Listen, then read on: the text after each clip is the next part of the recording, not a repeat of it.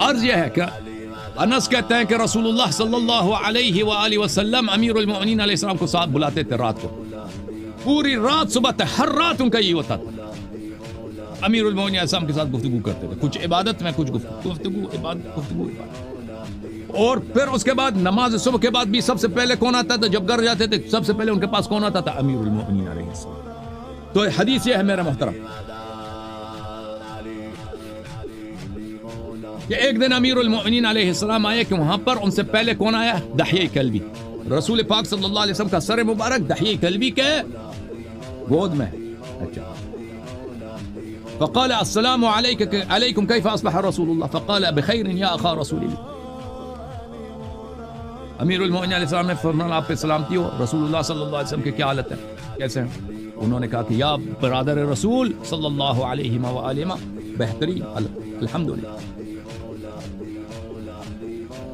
فقال جزاک اللہ عنا اہل بیت خیرا۔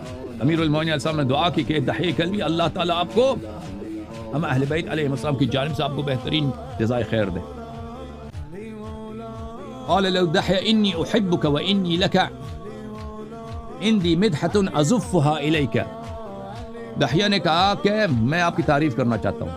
آپ کو پتہ ہے دحیہ کلبی، جبرائیل جو انسان کی صورت میں آتا تھا پیغمبر صلی اللہ علیہ وسلم کے پاس، اکثر دحیہ کلبی کی صورت میں آتا۔ دحیہ نے کہا کہ میں آپ کی مداحی کرنا چاہتا ہوں، میں آپ کی منقبت بیان کرنا چاہتا ہوں، میں آپ سے ازفها الیک، میں اس منقبت کو آپ کو سنا کر آپ سے دوستی کرنا چاہتا ہوں، میں آپ سے تقرب چاہتا ہوں کہ میں آپ کے سے زیادہ، آپ مجھ سے زیادہ محبت کریں، آپ مجھے طرف زیادہ تر نگاہ کریمانہ ڈال دیں۔ کیا کہنا چاہتے ہو اے دحیہ؟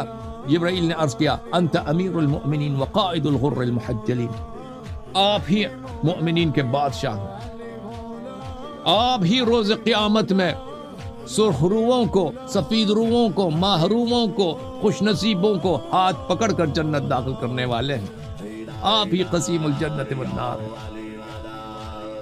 انت سید ولد آدم ما خلا النبیین والمرسلین، آپ تمام ولد آدم کے سوائے خاتم الانبیاء صلی اللہ علیہ وآلہ وسلم کے سب کے آپ سردار ہیں۔ لواء الحمد بیدک یوم القیامہ، نبی کریم صلی اللہ علیہ وآلہ وسلم کا پرچم نجات روز قیامت آپ کے ہاتھ میں ہوگا۔ تزف انت وشیعتک مع محمد صلی اللہ علیہ وآلہ وسلم وحزبہ الی الجنان زفا، جیسے بہو کو، جیسے دلہن کو بارات لوگ لے کے جاتے ہیں نا دلہن کو،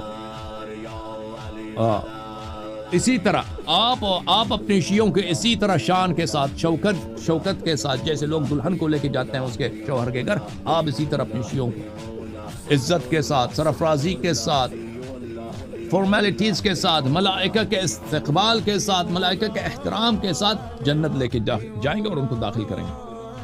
قد افلح من تولاک وخسر من تخلاک۔ یا امیر المؤمنین، سرخرو، سرفراز، صاحب نجات وہ ہے جو آپ سے محبت کرے، بد نصیب سیاہ رو وہ ہے جو آپ کی محبت اس کے دل میں نہ ہو۔ محب محمد محبک ومبغض محمد مبغضک صلی اللہ علیہ وآلہ۔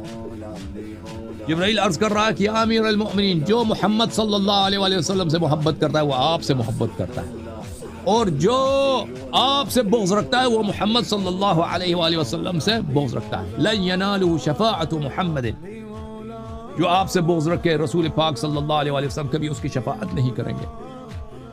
ادنو منی صفوت اللہ، آپ اللہ کے چنے ہوئے بندے آپ ہیں، آپ احق ہیں کہ آپ کے بائی کا سر، رسول پاک صلی اللہ علیہ وسلم کا سر جو ہے جبرائیل کی گود میں تھا نا، آپ اللہ کے چنے ہوئے ہیں، آپ اللہ کے حجت ہیں، آپ اللہ کے خلیفہ ہیں، آپ رسول کے بھائی، آپ مجھ سے زیادہ مستحق ہیں کہ اس نبی صلی اللہ علیہ وسلم کا سر آپ کے گود میں ہو۔ آپ آ جائیں اپنے بھائی کا سر اپنے بغل شریف میں رکھ دیں۔ تو رسول امیر المؤمنین علیہ الصلوۃ والسلام نے پیغمبر صلی اللہ علیہ وسلم کا سر مبارک اپنے بغل میں رکھا۔ فانتبہ النبی صلی اللہ علیہ وآلہ فقال ما هذه الحمحمہ، نبی صلی اللہ علیہ وسلم بیدار ہو گئے، جاگ گئے اور پوچھا کہ یہ گفتگو کس کے ساتھ ہو رہی؟ امیر المؤمنین علیہ السلام نے کہا میں ادھر آیا تھا، دحیہ یہاں پہ تھا، اس کے ساتھ گفتگو ہو رہی۔ فقال لم يكن هو الكلبي كان جبرائيل سماك باسم سماك به الله. رسول پاک صلی اللہ علیہ وسلم نے فرمایا یا امیر المؤمنین، وہ دحیہ نہیں تھا، وہ جبرائیل علیہ السلام تھا، اس نے اسی نام سے آپ کو پکارا ہے، اسی القاب سے پکارا ہے جو اللہ نے وہ القاب آسمانوں میں آپ کو دی ہے.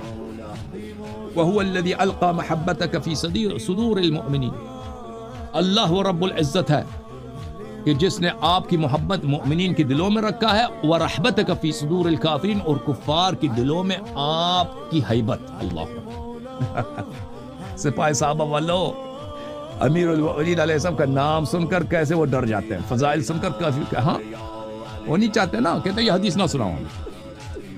سپاہی صحابہ والے جب آتے ہیں نا میں حدیث سنا، کہتے ہیں یہ حدیث نہ سناؤ، کیونکہ ہیبت ہوتی ہے نا، مولا کا خوف ہے ان پر.